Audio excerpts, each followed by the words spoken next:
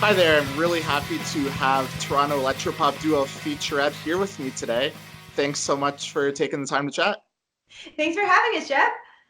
I don't know when we got here, babe, I don't see you anymore.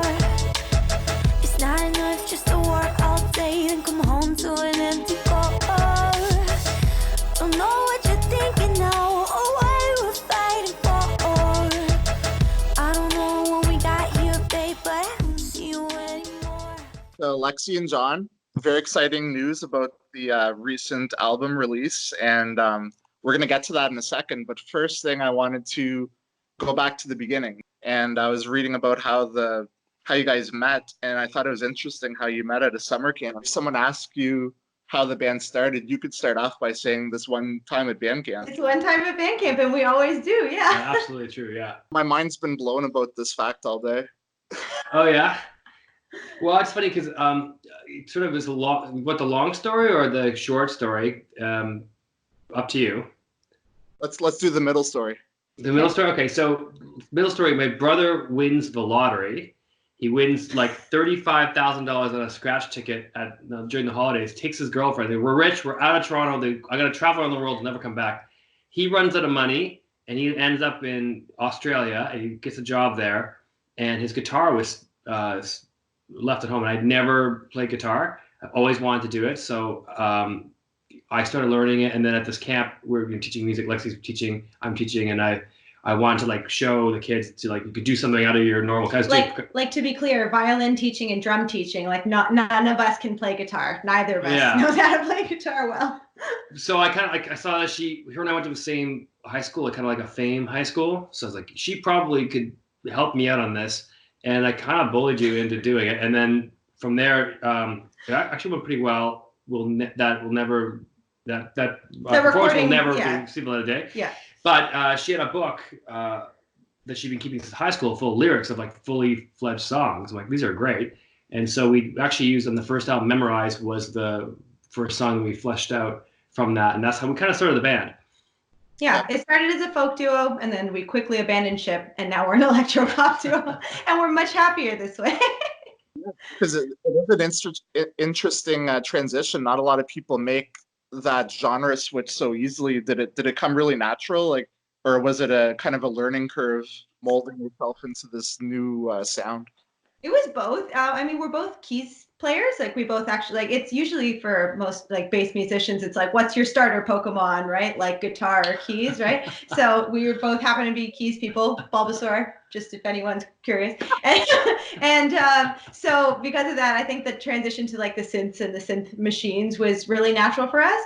But then also like neither of us has a particular affinity for like the 80s style of synths. So like it was in both of us to like try to create something new. We're both like extremely nerdy about our music making process. So we try to like do this thing where, you know, like, oh, that sound, but what if we changed this and what if we added this? Okay, and that bass, and you keep like working on it until you get a groove, and then suddenly you have a song you can take as a demo and take it to your producer and see what magic happens after that. Yeah, so. We're not like limited by a band. Like it's limiting sometimes not to have other band members contribute their ideas, but we don't have to like have Joe play his guitar part because he's in the band. Like it's great. So if you don't need it, it doesn't have to be there. So that's kind of a nice thing about it, just keeping two people in the band. Totally.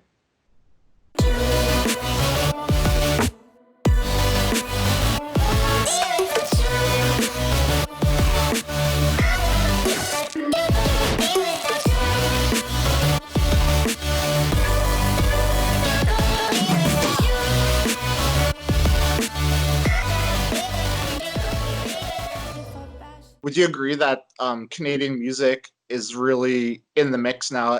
Back when I was a kid, you were kind of amazed when there was a Canadian artist that was getting a lot of radio play internationally, but there's been a lot of really strong pop successes in recent years, and really a Grammy nod isn't that much of a shock anymore. Before, the Junos were kind of like the holy grail. Yeah, exactly. Yeah, and now the Junos are kind of like more attainable or something like that. Like maybe not at our level, but that's where we hope to get to, right? There's definitely more Canadian artists in the mix. And I think a huge part of that is just like the ability, like how much technology has changed too, because you can do so much to change a sound now. You know, it's not just about like, oh, you must work with this producer. Like some awesome nerd in their basement can like make something that sounds just as awesome as that track from the weekend and, you know, blow people's minds with it. And then it's more the hurdle of being heard. Like, how do you actually get out there and amplify your project? But I think you can have more opportunity to be heard internationally. It's not just that you're confined to CanCon as much, even though it's a huge, I think that's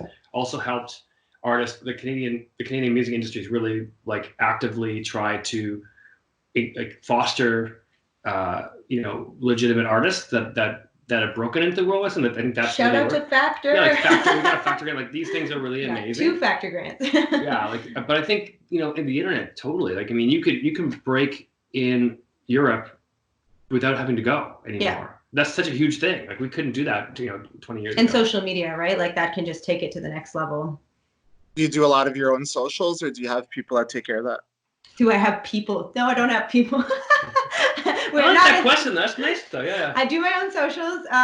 John has been known to take some pictures because we got nobody else to do it. So it's all us all the time, which is, it's really great. Honestly, it started, I feel like social media has changed so much from like even 5 years ago to now, from like this like awesome next level content, like so perfect. And now it's just like, what is you know, like what is authentic? And like, actually we get called out at times for being like too polished looking. Like sometimes people are like, but what are they really, you know? So we have to actually take it down a level and be like, what are we, not just what's the band, right? Because that's part of what you're showing people. But we got a chance to play. We got to open for Alessia Cara, and actually rained out. It was a great opportunity. And the stage got flooded, and it was, and we had to move indoors. And Lexi, she felt really bad, so we got to kind of meet her, and Lexi got to sing a song with her, and she was doing her own Twitter and everything, and we're like, oh, well, like, and that's what's so great about it, right? That's what you got to do. You can't pawn it. I don't think you can pawn it off anymore. No, I think like the users can tell. I think they can like smell the fear. They're like, okay, like we know it's not you. Yeah. You know. No, and that's interesting too. The thing where you're kind of taking fan input, because you did do a song that was you wrote a song that was inspired, basically directed towards a fan of yours who became a friend of the band, I guess. Could you tell me that story?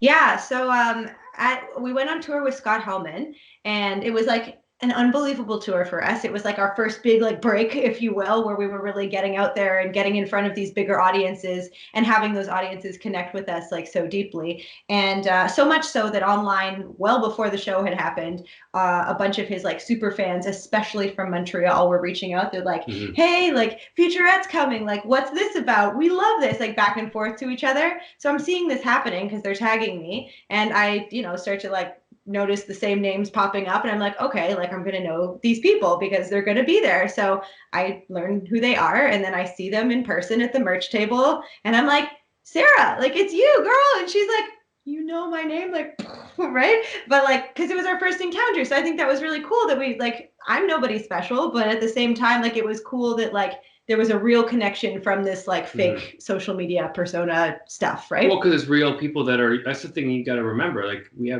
we're only as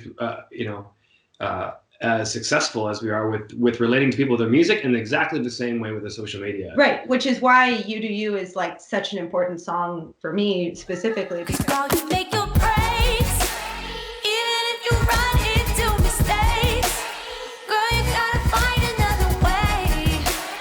Every single day, just say you, 'cause you have what it takes. Even if they go and raise the stakes, girl, you gotta find another way. Every single day, just say you.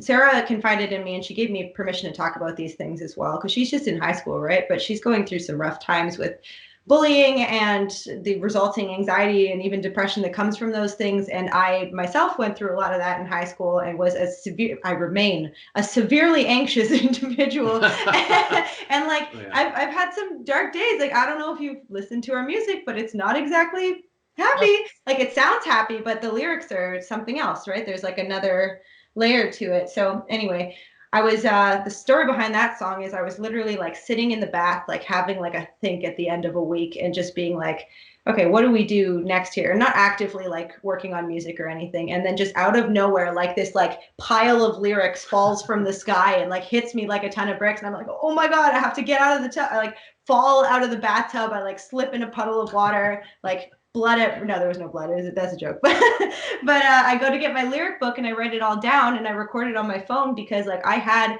You Do You, the song, from like the first lyric to the last, and I think all that we changed was a tag in the chorus. Like I had it all at once, and I was like, this is about her. Like this is for her and for me, but like she's my muse. You know what I mean? Yeah. Yeah, because we're kind of transitioned into Dream Riot, your latest release, which is still very new, still has the new smell. Mm-hmm. Not even 1 week old, actually. New car smell.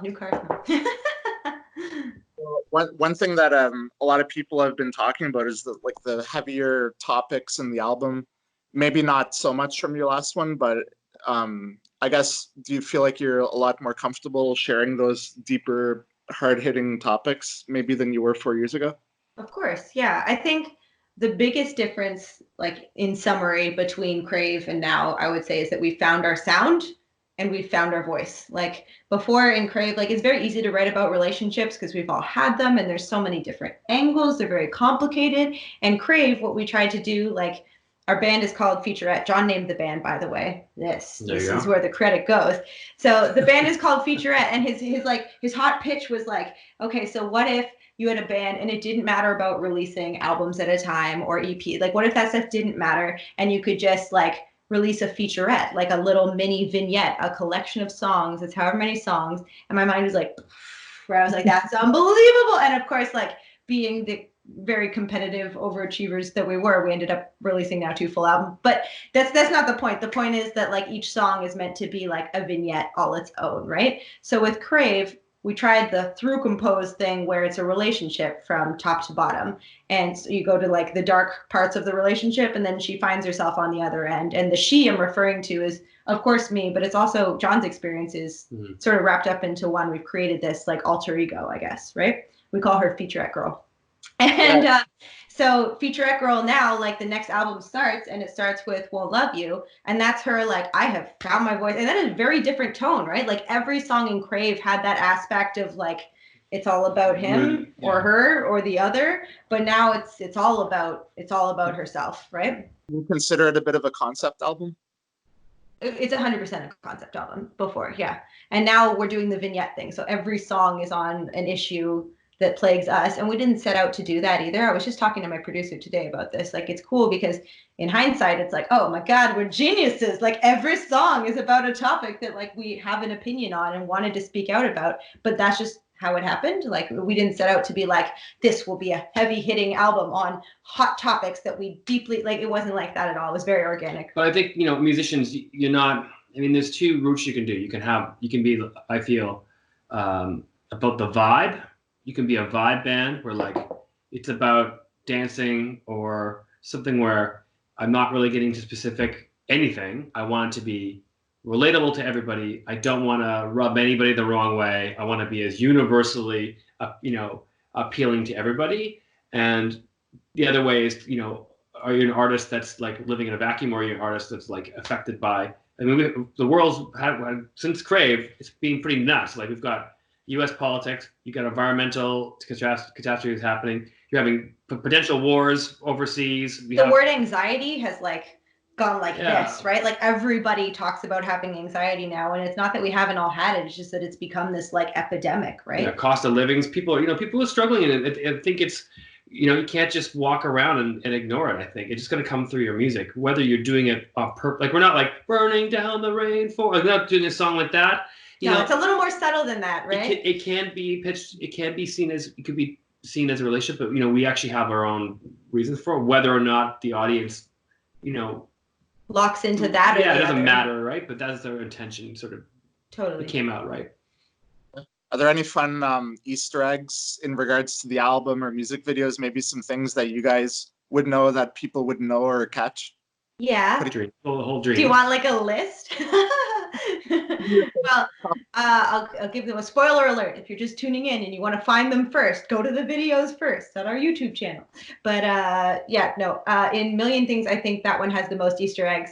John did a photo shoot with a really awesome friend of ours, Gary Rugala, and he was acting as the cat character. You saw the video for Million Things, I'm hoping, right? Yeah, so that. For those of you guys who haven't seen it, I appear in a giant cat costume. And you have to find him because he's not always John. There's multiple cat head appearances in that, and only what you can tell. Your hot tip is check the hands. Yeah, Then but we did like a portrait. He gave me like a full portrait. I wore a suit, and I stand. And we have like in the video, there's pictures of me in the rooms of Catman and also Flowerhead Man. So we have them all hidden around. Yeah, so they're like in the house that we're inhabiting. There's our own art of our own people and photography like that our friends have done, which I think is super swell. I think that's just great. The other Easter eggs, but for Dream Riot, one thing we want to do with the videos is Lexi always mentions that she has like very vivid dreams, and she often has to kill terrifying vivid dreams. I'm a murderer in my dreams all the time. Horrible. There's just zombies after me all the time. They're always old people. I don't know what's going on in there. But they have no faces, right? So she's like, I don't have any faces in my dream. I want to make sure that the videos, the first 3 videos for the album, show people that are masked. So I have the White Rabbit. We actually made a White Rabbit from Etsy. We downloaded a pattern and we spent like a whole night cutting and pasting this giant rabbit head that I wore for the video shoot. And that was John, by the way. That was me. And then finally in the last video, You to You, we decided it's time to like take the dreams, get rid of the masks, and have like make our it a friends. reality, right? Yeah. So like You to You is like fully based in reality. It's real. It's now. It is for this person. It's not ethereal. It's not to be mistaken for another subject matter. It is the most direct thing that we wrote, and it's like painfully honest and true, right? You've woken up from the dream. Exactly. But in that video, of course, we feature the White Rabbit too. He does make an appearance in You to You. Yes, he does. And we actually on stage we've incorporated the cat head into our stage show as well, which I think is really fun. Yeah. So yeah, there's lots of little things we try to connect. Make it fun. Like, why not, right? Why not have things reference themselves? Yeah, Featurette's kind of taking on its own universe in its way. Yeah, exactly. That's what we wanted. Well, that's great. Well, thanks so much for chatting, and hopefully we'll see you on the East Coast sometime. It'd be fun to have you down here. We would love to go. We're trying to make it work. Hasn't happened yet, but we're working on it right now. We're going West Coast for the first time ever. And East must be next, right? East has to be next, right? Yeah. Or what else are we doing? I'll make sure I find some sort of animal head costume and we'll shoot a video. I'm down. Super down. Yes, you're on. You're on for sure. Well, thanks so much, and we'll chat soon. Thanks so much, Jeff. Bye. Thanks, man. Bye.